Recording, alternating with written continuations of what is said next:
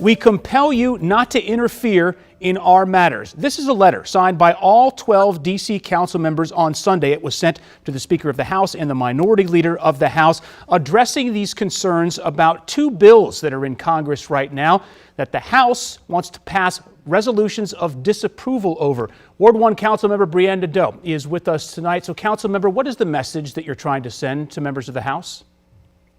Hands off D.C. We are duly elected officials in the District of Columbia who have passed these laws on behalf of our constituents. And there is nobody who has the ability to vote on this in Congress that was elected by us or represents us. I've heard criticism by members of the GOP saying somehow they think the Criminal Code Act would actually serve to increase crime in the district. And they've literally gone so far as to accuse the D.C. City Council of wanting to increase crime. I know you've heard this argument and these statements. What's your reaction? That's ludicrous, but not shocking. Congress will go to any lengths at this point to undermine the laws of the District of Columbia because they can. It's one of the reasons we need statehood. But where were they when, all the other states across the country modernized their penal codes? DC is unfortunately not in the lead on this. We have been working for 16 years to update our criminal code, and now we are finally aligned with states across the country. But you didn't hear these same members of Congress criticizing those states. I wonder why this is worth your time. Why is it worth putting the energy into having this back and forth between the council, between D.C. and the House, when we know full well that there are not 60 votes in the Senate for this? President Biden will never sign it, so why engage? It's important for us to stand up for the District of Columbia and remind Americans all across the country that the reason this happens is because we are not a state. Congress can interfere in the business of the people of the District of Columbia at any time, and they seem to do so when they find it politically advantageous. It's despicable. So it's always worth standing up for what's right, in my opinion. And in this case, the leaders of the district government are standing together. And finally, Councilmember, your reaction to the amendments that Mayor Bowser has proposed today to the Criminal Code Act. I look forward to considering them when they come to the council. But right now, we're focused on getting Congress to stand down. Gotcha. Ward 1 Councilmember Brianne Nadeau with us tonight. Councilmember, thank you so much for your time. Thank you, Adam. Live video here of the U.S. Capitol. Just within the past 60 seconds, the House Rules Committee has adjourned after hearing testimony about D.C.'s two new laws that are up for debate, the Revised Criminal Code Act and the Local Resident Voting Rights Amendment Act. Two resolutions of disapproval are expected to pass out of that committee and hit the House floor for a vote later this week.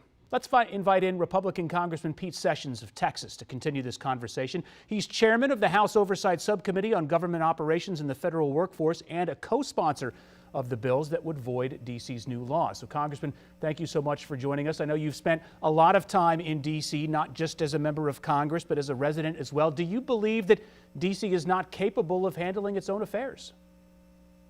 I don't know if it's a matter of handling your own affairs so much as it is the impact that it has on the entire area, including hundreds of members of Congress, some 535 members of Congress, including the Senate, who are here in this area. The 25 years that I have served have seen an increase in not just necessarily police that are required to defend ourselves and keep it safe on the Hill.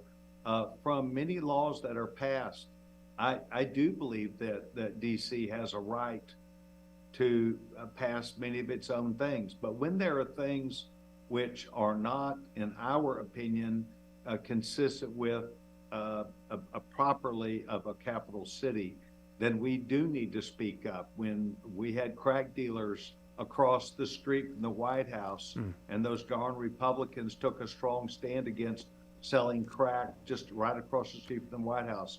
We understood it was okay for Bill Clinton to be able to allow that to happen, and when Democrats were there, but not Republicans. We have now seen that what has happened as a result of this discussion, crime is up, not only carjackings, but other crime that takes place, so that you become a haven for not only criminal activity, but you've made it easier for criminals to have a revolving door. Congressman, and that is what we see as a problem. I need to get you to react to something real quick. We heard from the D.C. Council chair earlier today making some comments. Let's listen to this, and I'd like you to comment on the back end. I'm reasonably certain that no member of the House of Representatives of the United States of America has read the bill. And they don't know what's in that bill. And so all we're getting is really political rhetoric. And have you read the Criminal Code Act? In fact, what I have is I have been briefed on it as the subcommittee chairman.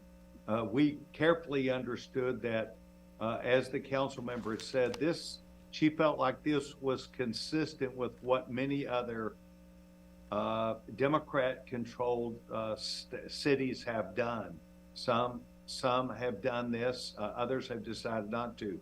When you decriminalize virtually every single kind of what is a felony except for murder, what you do is you get more of it. Right. You create a revolving door, and so you get more of it.